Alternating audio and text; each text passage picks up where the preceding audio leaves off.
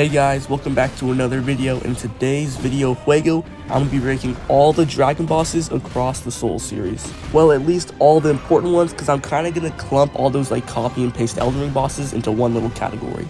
But every single other dragon boss is going to have its own ranking. And for the way I'm going to rank these guys, it's nothing too crazy. It's just how much I enjoy them, how unique they are, how fun their moveset is, and if I just think, it's a good boss. So it's going to be from worst to best, and I'm ranking them prospectively. I think that's the right word to use. And what I mean by that is going to be across all Souls games. So it's not how good that boss is in their respective game, but just all time across all the Souls games. And for our last spot, we're going right to Demon Souls, and that is going to be the Dragon God. Now, I actually don't mind a gimmick boss every now and then. I actually kind of like them. They're refreshing, they're new, and you have to like learn something new, It will usually grant new difficulty in a way that you'll have to learn. But most of the time, the way they go about adding that difficulty just kind of feels artificial and not so fun. And this is a prime example of adding difficulty just kind of in the wrong way. This fight just feels boring, it's fatiguing, and it just kind of feels like a chore. It's just way too slow. Basically, this is a stealth boss fight where like every time his eyes turn yellow, you can run. When they turn red, you gotta hide. And you just break rubble and progress along. So basically, in this fight, you have to go get 2 ballistas and shoot him, then go up to his head and finish him off. And honestly, it doesn't seem too bad, and I really have to say none of these bosses in this list are that horrible, and that is mostly because most of the dragon fights are pretty easy. So if they're super annoying, you can kind of get past them real fast. Besides the top ones, and the top ones are the hard ones, but they're really good, so that doesn't matter. But as I said before, this fight is just kind of boring, and it just feels like you die too easily. Like, there's not a lot of room for error, and you can never really like improve upon your mistakes. And coming in our number 15 spot, I think it's our number 15 spot, is the Ancient Dragon. And low-key, I would say these two, like the Dragon God and Ancient Dragon, are very interchangeable. Like, either one could be last in my opinion. I actually do have a lot more negative things to say about this guy, so maybe this guy would be last. Firstly, this guy has an unreasonably large amount of health. This guy has so much fucking health, and the boss fight is so hard for no reason. It just really feels unfair. They made this boss fight hard by giving him a shit ton of damage and a shit ton of health and some kind of I wouldn't say the attacks are unfair. They're pretty easy, actually, but they're just very annoying. And this entire fight is just a repetition. Like, you literally run up to him, chop at his ankles, he flies in the air, blows fire, you run back, you run forth, and it's just super plain, boring, and annoying. But I will say the boss fight does look super cool, and at the end of the day, it is an optional fight, so you don't have to do this. If you don't like this fight, you can just move on your way. You don't need to fight this guy. And also, if I do sound weird, I am quite under the weather, so this is not how I normally sound. And with that, we were on to my first little hot take, and the next boss that is on my list is the Gaping Dragon. And I do think this guy, he looks pretty cool. The arena isn't half bad, the music isn't half bad, but he's just not a fun fight. This guy just is not a fun fight. You literally just like whack at his tail, whack at his legs, but his attacks just low-key suck. His attacks are just waddling and smashing his head down and grabbing you every now and then, which I don't think are shitty attacks. It's just the way he goes about it. Like, they just all feel so clunky. Dodging it just kind of feels unpredictable and unreliable, and it just is not fun to do. He's just your average big enemy where you just whack at him till he dies, and occasionally he'll throw a weird little attack that's hard to see because the boss is so fucking big. But yeah, this guy still does have a really cool cutscene, and there is still some positive aspects about him, so he's not horrible. He also isn't that hard, and he is completely optional, so if you don't like this guy, you can just skip him. And coming right after him is the Guardian Dragon. Now, this is definitely an optional fight, but you're going to want to kill him because he unlocks a whole new area. But that doesn't really matter because this guy is astronomically, whatever. He's super fucking easy. He's super easy. He's a very annoying boss where he kind of just flies down. You can hit him once, he flies in the air, and he shoots fireballs at you. He is very similar to the Ancient Dragon, but his fireballs are a lot easier to avoid. He has a shit ton less health, and he does way less damage. So he's basically the same as Ancient Dragon in the annoying factor, but you can kill this guy in about 45 seconds because he is super easy. I also do really like the arena. You're like in a giant little bird cage, but obviously it's for a dragon, and you can also just see the outside view, which is just super pretty. This area has a super nice view. But the dragon itself is basically literally just a copy and paste dragon of what you'll find hundreds of in the next area. So that kind of gets rid of some, cool factor points. And then there's the Ancient Wyvern, and I think a lot of people would expect me to put this guy a lot lower, but I kind of just think he's a better done version of the Dragon God. I low-key don't mind this fight at all. Firstly, because it's not that hard, so even if you didn't like this fight at all, I don't think I've ever died more than once on this boss fight. But basically how this boss fight goes is you run up to a dragon, you attack him a couple times, you do a little fight with him, and you realize that you don't do shit for damage. So then you kind of have to explore and realize, what do I gotta do? and that's where it leads to a little kind of stealthing, but I think it's more fun and more complex than just a hiding game.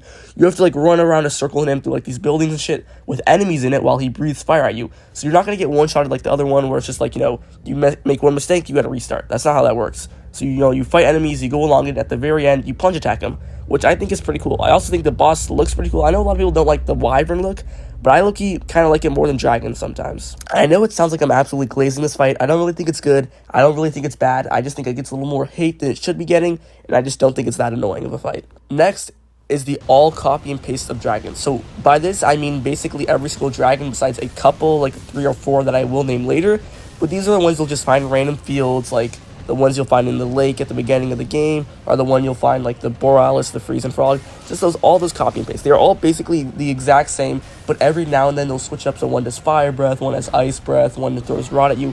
They're literally all the same. They have a decent amount of health, they do a decent amount of damage, you go chop their ankles, they fly in the air, they run away, you just have to chase them. And I just find these fights to be pretty boring. Like, I just think they're super repetitive, super boring. You will not catch me trying to fight a dragon unless it's a super special fun one, or unless I really need an item.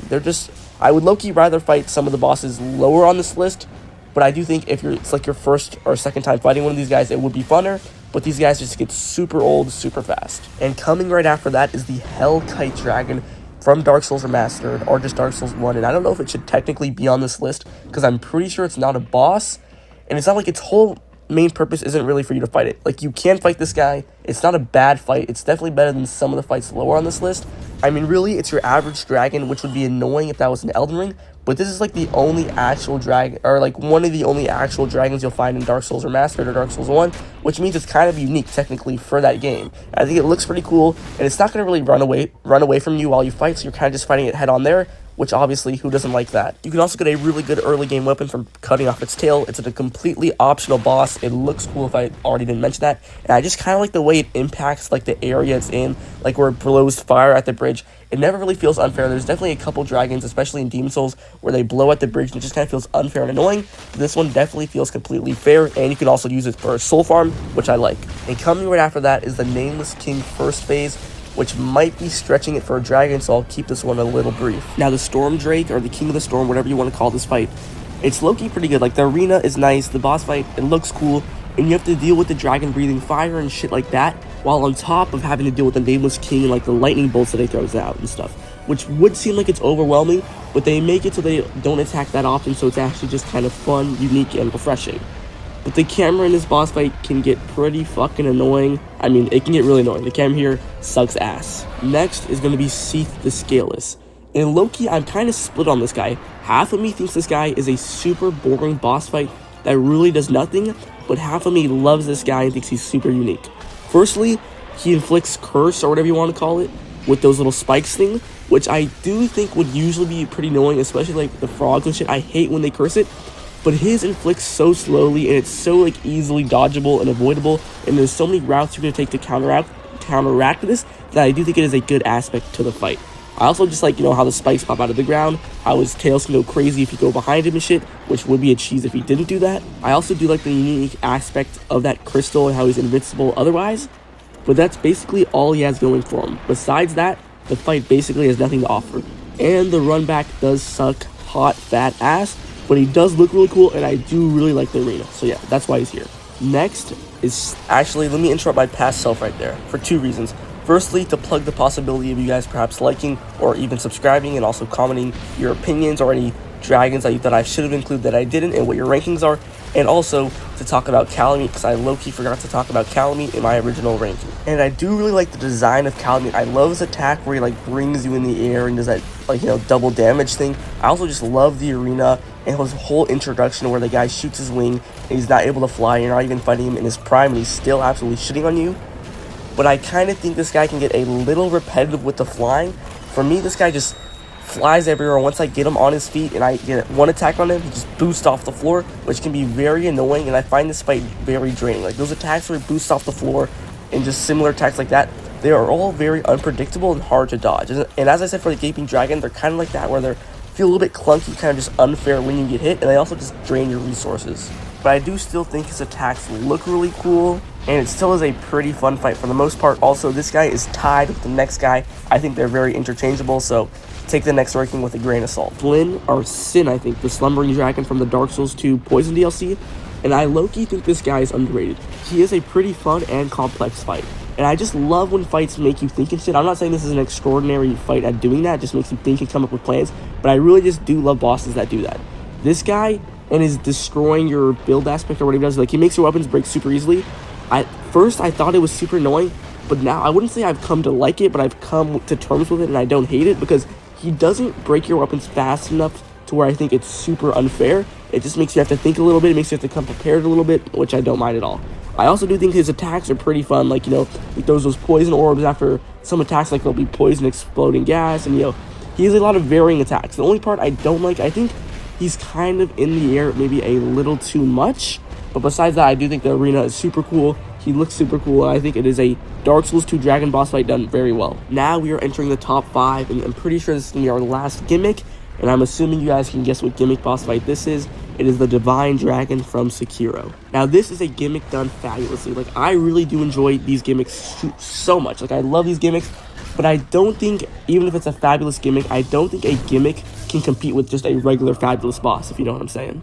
Firstly, this boss fight has a wonderful arena. Like, it's just so fucking beautiful. And also, the boss is just so cool and badass with those, like, counteracting lightning shit that you can do. I just fucking love that. Now, obviously, this boss does not have a lot of complexity and a lot of crazy moves, but it is just such a spectacle that it doesn't really matter. I think the whole purpose of this fight is just to be a refreshing, cool, badass fight, and I think it does its job. And I think it has enough variety of attacks and enough, like, content in it that it can pass by for a gimmick fight. And the next one on this list, the numero quattro, yeah, I think that's 4. The number 4th spot is going to Lich Dragon Fortisax, and I'm pretty sure, like, I know what this boss is, but I'm pretty sure he's the one in the dream or, like, the Fia shit. Now, this boss is super cool. Like, just the way this guy fucking looks is fabulous. The only problems I'd say I have with this fight are that he's definitely way too easy by the time you find him in this game. I'm assuming for the most part you're finding him either mid to end game, and it's just too easy for that. Also, I would say his attacks don't really have enough variety, but he just looks so cool, and the attacks that he does are just super fun and super badass. And obviously, since he doesn't have a shit ton of variety, it can kind of feel like he's spamming attacks and getting a little repetitive, but that's my only criticism for this fight. I do think the camera plays especially well for a dragon fight, and since he's not that big, it's fun. Like, I kind of think they should focus more on making dragons not that big, because I really like dragon fights that are not humongous. Now, coming in our 3rd spot, this might be a little bit of a hot take, but that is going to be Madir from Dark Souls 3. Now, let me tell you, I think Madir is a great fight. I think he's very aesthetically pleasing. The way you fall from 1,000 feet above makes you feel like you're entering another world. That's all super cool. The arena is super cool. The boss looks super cool. I love how he stalks you throughout the entire DLC. I feel like that just creates tension, and that just creates, like, another conflict. I love how you run into him earlier. I just think his attacks are super cool, especially when he shoots out that laser and shit. I think he is a balanced boss fight that has a lot of health, a lot of damage, but not too much to the point where it feels unfair. But I just think up until then, or up until, like, you know, Elden Ring and shit, there hasn't really been any good dragon boss fights. Like, all the Dark Souls 1 and Dark Souls 2, yes, there's been a couple dragon boss fights that are decent, but most of them kind of suck hot fat ass. Besides Madir, which is why when Madir came out, he's a great boss fight, but he's nothing extraordinary. I don't know if I would put this guy even in the S tier, but since he came out and there has been no other great dragon boss fights, people fell head over toes and fell in love with this guy. And I do like him, but if we're being honest, he is not on the scale, or I wouldn't even put him on the same tier as Bale and Placidox. Which leads me to my next spot, which is going to be Placidox. Now, originally, I kind of liked him more than Bale, but now, like, after replaying, because, you know, I did a couple recent Elden Ring playthroughs and just Souls game playthroughs in general, his combat is, like, I like his aesthetic more, I like the arena more, I like, you know, the lightning that comes from above more, but there's a decent amount of the fight that I will say he kind of stands there and lets the lightning do the job, and I still do find it fun, but I kind of consider it a little lazy, and it's just, it could be slightly repetitive. I do really enjoy it. I also really love that shit where he flies out of the air with that swiping claw stuff. I just love everything about this boss fight, but I do think, in terms of gameplay wise, or just in terms of variety of attacks, he's not on the level of Bale. And although this two-headed beast has aura from being the old ancient Elden Lord, I'm gonna have to give our numero uno, our number 1 spot, to Bale. Firstly, this guy has a variety of attacks when it just comes to trying to fucking headbutt you with his head, hit you with his arm, to breathing out fire, to flying in the air, shooting like fucking fire laser beams at you. This guy is pretty damn relentless. He's doing lots of attacks, and he does have quite little downtime, but it's not like too little downtime to the point where it just feels unfair. It just feels fair, but a little challenging, and it just makes you have to lock in, which obviously, who doesn't like that? And I will say his difficulty does have a factor in this. I think he's definitely the most difficult, or at least I struggle the most with him out of every other dragon boss fight. He's the one that really got me pissed, and he's one of the few bosses that's definitely made me rage. But he's very hard, but I do think that makes it better. I think if there's a good boss fight, I think if a boss fight is enjoyable, being harder makes it better, as long as it's enjoyable. And I just think it is smooth gameplay. I don't think the boss is that big, which definitely causes a factor of being smooth gameplay. The camera is definitely not annoying at all, and I just think that's due to the fact that this guy is very low on the ground, and it has a little factor where it kind of encourages you to hit his head just like Madir is, which adds obviously a little more depth and complexity to the fight. And I really just think this guy is all the past Souls games bosses' best aspects combined to one, and I think they really learned a lot from all the previous guys to make this fabulous boss. And that is about it for this video. Thank you guys so much for watching, and I will hopefully see you in the next one. Also, make sure to like and subscribe, and just tell me in the comments what you like. Tell me in the comments what you didn't like. Just let me know in the comments anything, any feelings, thoughts, or emotions, or just anything that this video sparked in your brain. Let me know in the comments. I'll see you in the next one.